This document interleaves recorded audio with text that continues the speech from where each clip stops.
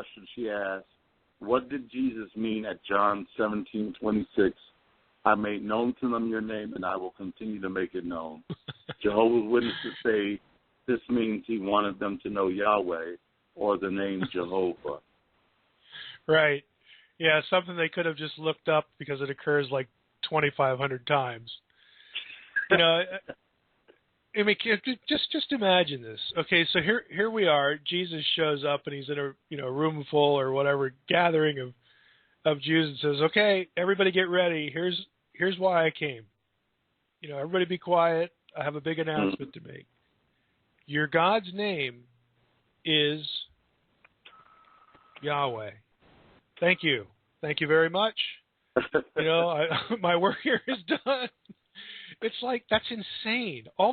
They knew that. They had Exodus 3. They have the Hebrew Bible by that time, even in translation. They've got Targums. They've got the Septuagint. Everybody knows what God's name is. What it means is it goes back to something in the Old Testament called the name theology. That's an academic term. But Exodus 23 is a fundamental passage where God says to Moses, "Hey, Moses, I'm going to send an angel ahead of you, and he's going to get you to the promised land, and you better pay attention and listen to him." This is Exodus 23:20 through 23. "You better listen to him because he won't pardon your transgressions because my name is in him." Now, in the Torah, this theology, again, scholars call it the name theology, is reflected in a lot of places. God telling Moses, "My name is in this angel," is the same thing as saying, "I'm in this angel. My presence is in this angel." How do we know that? Well, we know it because of the way God talks about the name elsewhere. He refers to the promised land in Deuteronomy over and over again as the place where I will put my name, or the place where my name shall dwell. He's referring to when you get in there, you build a temple, this is where my name is going to be. I'm going to place my name in, so on and so forth, this central place of worship.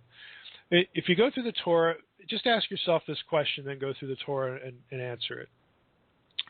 Who brought the people out of Egypt and took them to the promised land? What you're going to find is some verses say Yahweh, it'll use the divine name, YHWH. Other verses like Deuteronomy 4:37 will have the presence, Panim, bringing them out and taking them to the land. Others will have the angel, okay, doing this. And some will have Elohim, God. So, oh, Mike, I'm so confused here. Who brought the people up out of Egypt and took them to the promised land? Which one of the four is it? The answer is yes. It's all of them because they're all the same. Yes. And then you go to the New Testament, and you got one place in Jude where it says that Jesus brought the people out of Egypt, and you have Jesus saying, Father, in John 17, the high priestly prayer, I thank you because of the name you gave me. I kept them in the power of your name. I came here so that they would know, your name. Basically, he's not saying, boy, I'm thankful that you didn't call me Elvis, that I was named Jesus. Thanks for giving me a name that sounds kind of good. That isn't the point.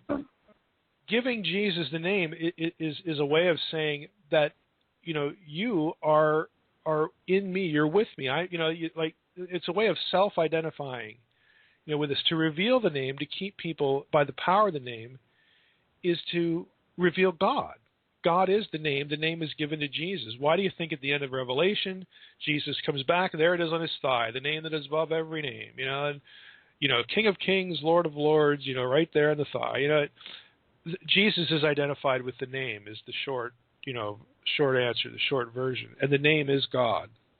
Jesus, this is another way, this name talk is another way of identifying Jesus with the God of Israel.